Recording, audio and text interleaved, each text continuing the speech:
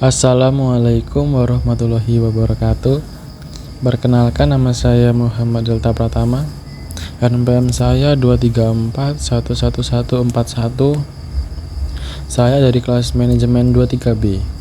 Saya di sini akan menjelaskan apa itu penawaran, permintaan, dan kebijakan pemerintah. Dalam pasar bebas tidak ada sebuah aturan.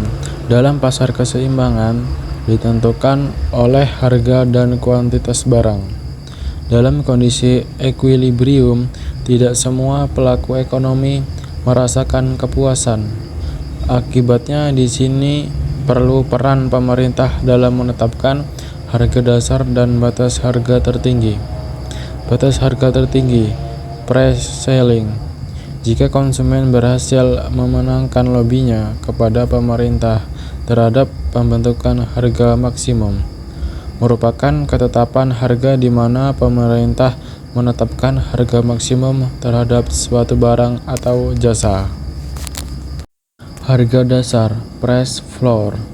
Jika produsen berhasil menenangkan lobbynya kepada pemerintah terhadap pembentukan harga minimum, merupakan ketetapan harga di mana pemerintah menetapkan harga minimum terhadap suatu barang atau jasa. Bagaimana batas harga tertinggi mempengaruhi hasil akhir pasar? Ada dua kemungkinan yang dapat terjadi apabila pemerintah menetapkan batas harga tertinggi. 1. Batas harga tertinggi tidak akan berpengaruh dan pasar dapat mencapai keseimbangan penawaran dan permintaan. 2. Batas harga tertinggi akan bersifat mengikat. Berikut ini adalah contoh gambar yang pertama.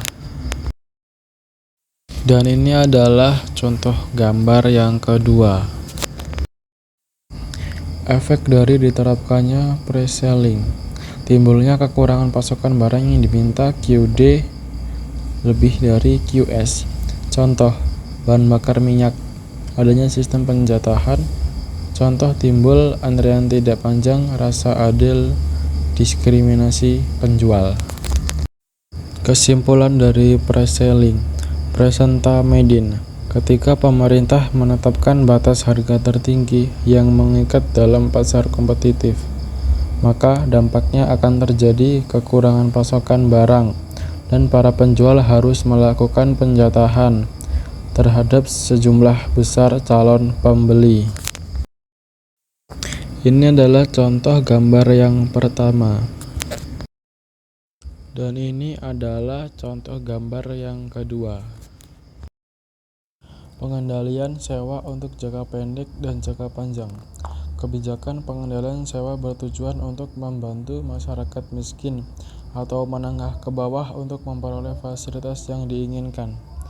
Dampak buruk dari pengendalian sewa tidak akan terlalu terlihat oleh masyarakat umum pada jangka pendek, tetapi akan terlihat dampaknya dalam jangka panjang.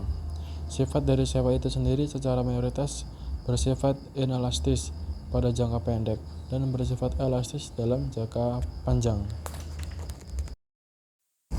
Ini adalah contoh gambar yang pertama. Dan ini adalah contoh gambar yang kedua. Bagaimana harga dasar mempengaruhi hasil pasar? Harga dasar merupakan usaha pemerintah untuk menjaga harga yang berbeda agar membentuk tingkat keseimbangan. Ada dua kemungkinan dengan diterapkannya harga dasar. 1. Apabila harga dasar diterapkan di bawah harga keseimbangan, maka sifat harga dasar tersebut tidak akan berpengaruh pada keseimbangan pasar. 2. Apabila harga dasar diterapkan di atas harga keseimbangan, maka akan terjadi surplus pada barang atau jasa yang ditawarkan dan berdampak sebagian penjual tidak dapat menjual habis sebagian barang atau jasanya kepada konsumen. Ini adalah contoh gambar yang pertama. Dan ini contoh gambar yang kedua. Ini contoh gambar yang ketiga. Ini contoh gambar yang keempat. Evaluasi pengendalian harga. Pasar merupakan cara terbaik untuk mengatur kegiatan ekonomi. Harga merupakan hasil dari berbagai keputusan bisnis dan konsumen yang berada di belakang kurva permintaan dan penawaran dan saling mengkoordinasikan kegiatan ekonomi. Ketika pembuat kebijakan menerapkan harga lewat jalur hukum, maka mereka menutupi tanda-tanda yang umumnya menentukan alokasi sumber-sumber daya masyarakat. Pemerintah terkadang dapat meningkatkan hasil-hasil pasar.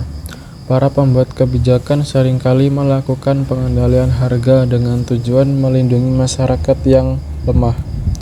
Akan tetapi, terkadang pengendalian harga yang diterapkan oleh pemerintah tidak selalu menguntungkan pihak yang dibantu.